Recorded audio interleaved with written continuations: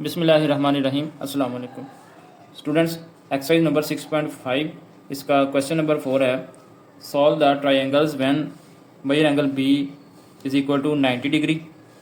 इसमें हमें major angle सी दिया गया और सी साइड दी गई है।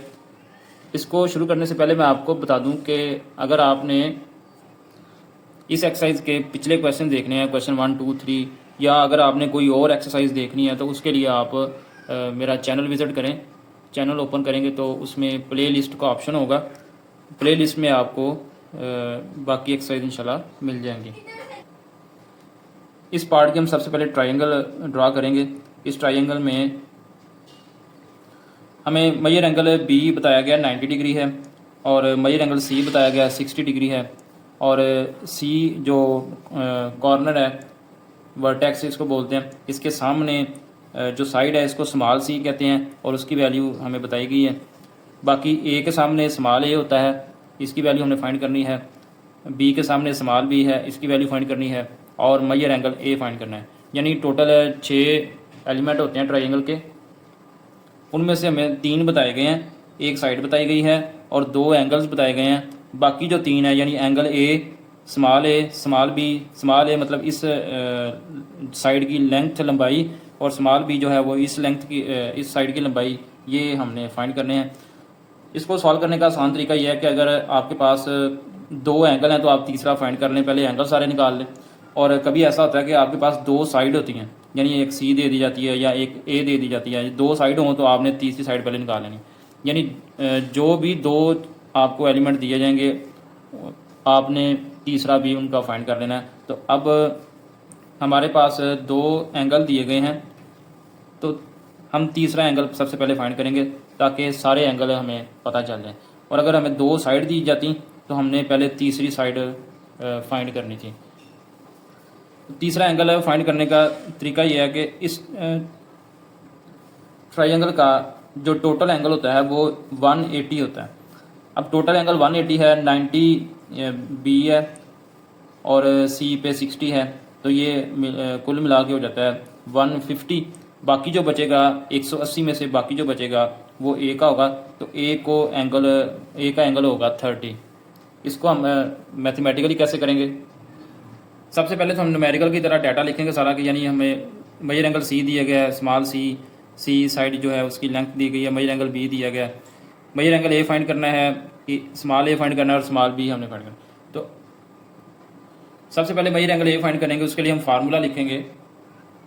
ये फार्मूला है जी, मेजर एंगल ए plus major angle B plus major angle c, यानी तीनों एंगल मिलके 180 बनाते हैं। अब जिस चीज़ की हमें वैल्यू का पता है उसको हम पुट करेंगे।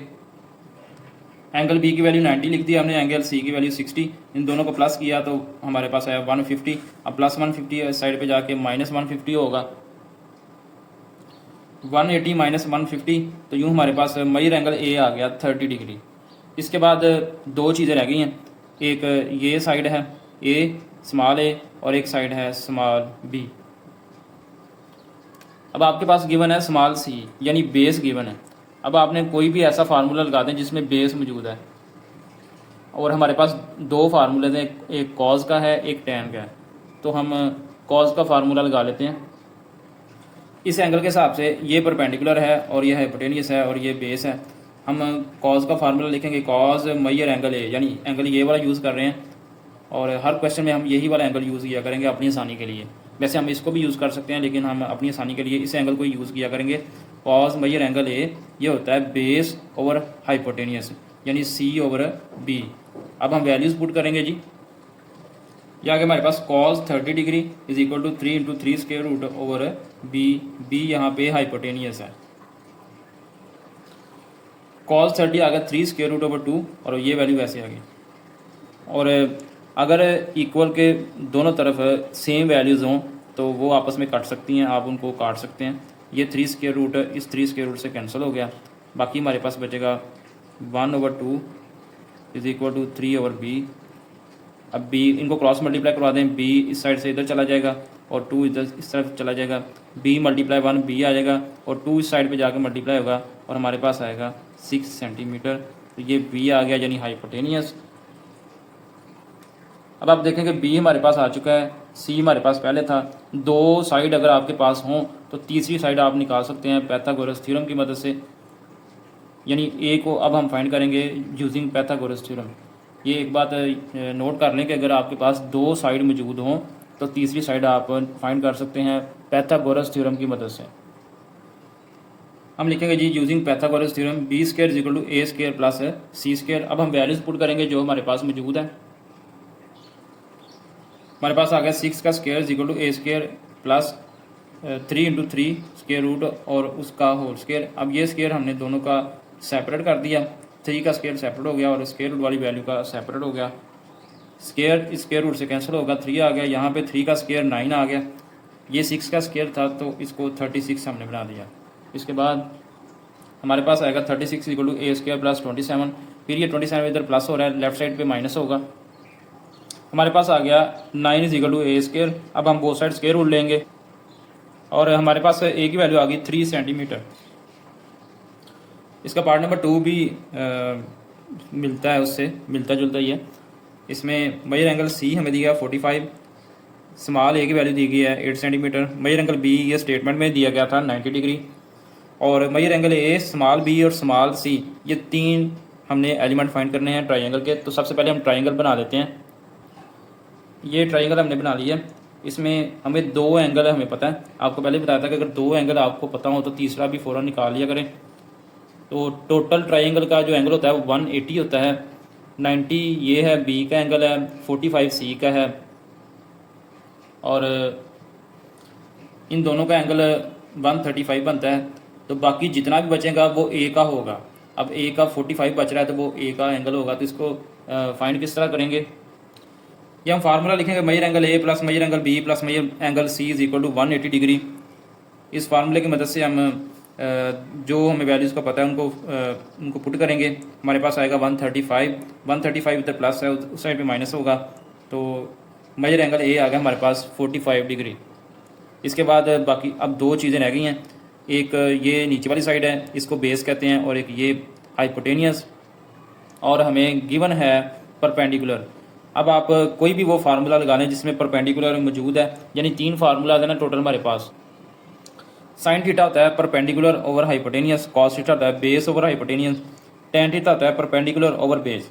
तो हम चूंकि इसमें परपेंडिकुलर आ रहा है टेन वाले में, इसको हम यूज़ कर सकते हैं। ये साइन वाला इसमें परपेंडिकुलर है, इसको भी हम यूज़ कर सकते हैं, लेकिन हम ये टेन वाला जो फार्मूला है परपेंडिकुलर ओवर बेस, इसको हम यूज़ करेंगे।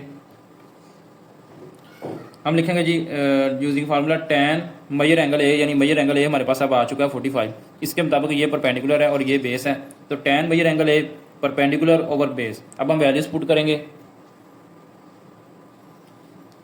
टेन मेजर एंगल ए 45 आ गया और ए की वैल्यू 8 थी और सी हमने फाइंड करना है। टेन 45 होता है 1, 8 ओवर सी। अब सी इधर डिवाइड हो रहा है, इधर 1 के साथ मल्टीप्लाई होगा, तो हमारे पास आएगा सी इज इक्वल टू 8 सेंटीमीटर। ये सी की वैल्यू आ गई हमारे पास। अब आपके पास दो साइड आ चुकी हैं, ए जो है ये भी 8 है और सी भी 8 है। अब तीसरी साइड आपने फाइंड करनी है। तो आपको मैंने पहले बताया कि अगर आपके पास दो साइड्स हों तो आपने तीसरी साइड फाइंड करनी हो तो उसके लिए आप पैथागोरस थ्योरम यूज़ किया करें। पैथागोरस थ्योरम होता है कि ये हाइपोटेनियस का square is equal to perpendicular का स्क्वायर और बेस का स्क्वायर। अब हम वैल्यूज़ पुट करेंगे जिस चीज़ की वैल्यू का हमें पता है। ए की वैल्यू 8 थी, सी की वैल्यू 8 थी, तो हमारे पास आ गया 128। अब हमने बी फाइंड करना, तो ऊपर स्क्वायर है, इसको खत्म करने के लिए हम स्क्वायर रूट लेंगे बोथ साइड।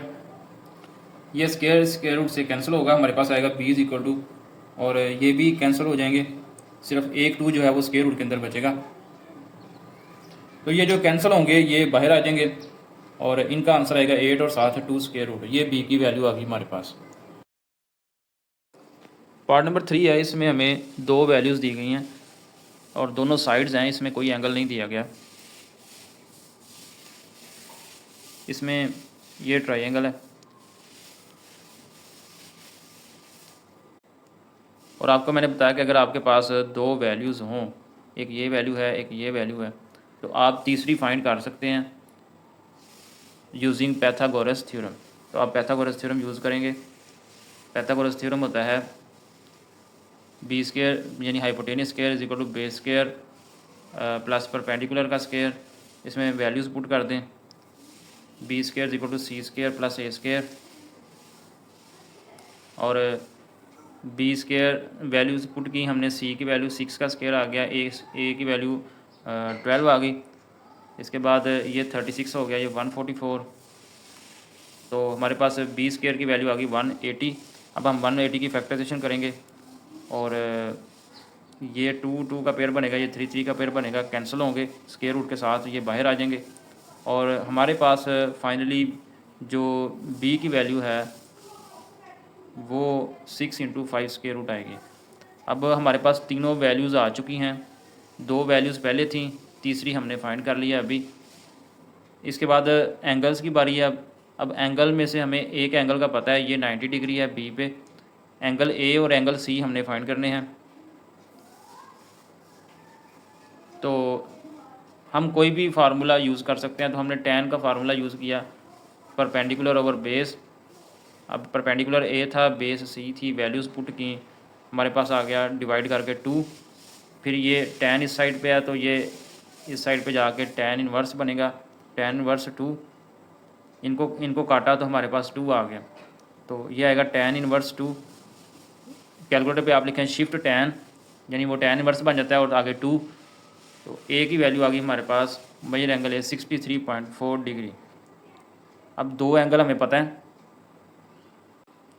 आपने पहले भी पढ़ा था कि अगर हमें 2 एंगल्स का पता हो तो तीसरा एंगल हम इस फार्मूले की मदद से फाइंड कर सकते हैं। तो हमारे पास वैल्यू आ गई measure angle C 26.6 degree. Part number 4, इसमें हमें एंगल ए दिया गया है और सी साइड दी गई है, ये 2 चीज़ें, और ये बी एंगल जो है ये हमारे पास पहले ही होता है 90 डिग्री। तो 2 एंगल्स का हमें पता है, कौन कौन से 2 एंगल हैं, एक 60 डिग्री है और एक ये 90 डिग्री है। तो हम ये फार्मूला यूज़ करेंगे, मेजर एंगल ए, major angle B, major angle C, तीनों मिलके 180 डिग्री बनाते हैं। हमें जिसकी वैल्यू का पता होगा हम वो वैल्यू पुट करेंगे। ये 60 है, 90 है और सी है, इसकी वैल्यू का हमें नहीं पता, इसको हम फाइंड कर रहे हैं। इन दोनों को प्लस किया तो 150 आ गया, 150 राइट साइड पे माइनस होगा, तो 180 में से 150 माइनस करें तो 30 डिग्री ये मेजर एंगल सी आ गया। यानी अब हमारे पास तीनों एंगल्स आ चुके हैं। इसके बाद हम बाकी जो 2 वैल्यूज़ हैं उनको फाइंड करेंगे, जिसमें एक बी है और एक जो है वो ए वैल्यू है। पहले हम ए को फाइंड करेंगे, उसके लिए आप देखें कि हमारे पास सी हमें पता है, एंगल का भी हमें पता है 60 है, तो ए को हमने फाइंड करना है, यानी ए परपेंडिकुलर है और बेस का भी हमें पता है। तो परपेंडिकुलर ओवर बेस ये tan के फार्मूले में आते हैं, तो फार्मूला यूज़ होगा tan measure angle A tan 60 is equal to perpendicular over base, यानी ए ओवर सी की वैल्यू पुट करेंगे 4 सेंटीमीटर। तो ए को हमने फाइंड करना है, ए इधर ही रहेगा, 4 सेंटीमीटर जो है ये इस साइड पे tan 60 के साथ मल्टीप्लाई होगा। tan 60 की वैल्यू होती है 3 स्क्वायर रूट, और 4 जो है वो इस साइड से आया, तो ये 4 और साथ ये tan 60 की वैल्यू 3 स्क्वायर रूट, ये हमारे पास ए की वैल्यू आ गई। अब आपको पता है कि अगर हमारे पास 2 वैल्यूज़ हों तो हम तीसरी वैल्यू पाइथागोरस थ्योरम की मदद से फाइंड कर सकते हैं, तो वो हमारे पास आ गई 8 सेंटीमीटर। पार्ट नंबर 5 है, इसमें हमें एंगल ए दिया गया है, साथ एक साइड दी गई है सी। इसको भी हम उसी तरह, पहले हमारे पास एंगल बी 90 है और एंगल ए 30 है, ये एंगल हमने फाइंड करना है सी वाला।